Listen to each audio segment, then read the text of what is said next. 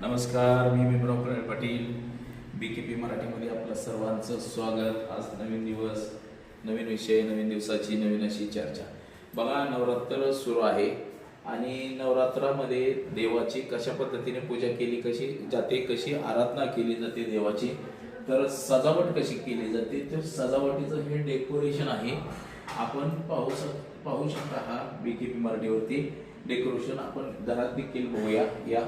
आणि देवाची आराधना कशी केली जाते बघा. 9 दिवसाचा उपवास धरला जातो. काहीही न खाता फक्त एक ग्लासभर पाणी पिलं जातं. आणि हे पुढं या इकडं हे दाखवा.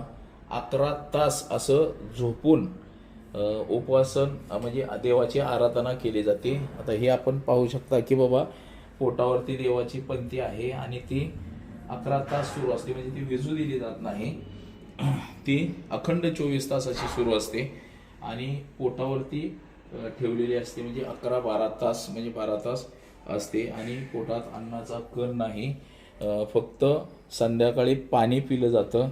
आणि हे अशा पद्धतीने देवाला दाखव. हे फुलांची सजावट केलेली आहे.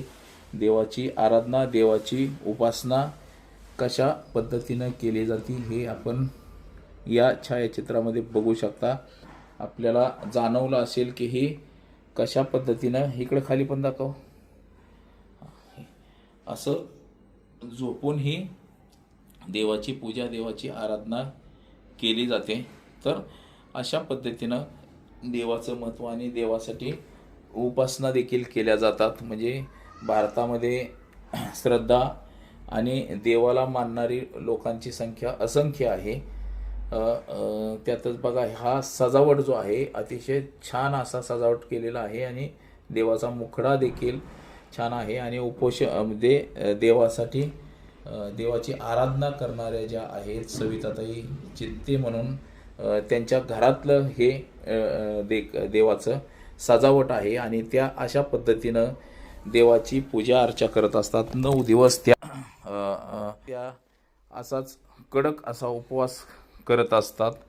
तर बघा, आज एवढंच. कॅमेरामन सांग तुझं नाव. सुप्रिया. सुप्रियासह मी भीमराव कडाळे पाटील, BKP मराठी, इंदापूर, पुणे.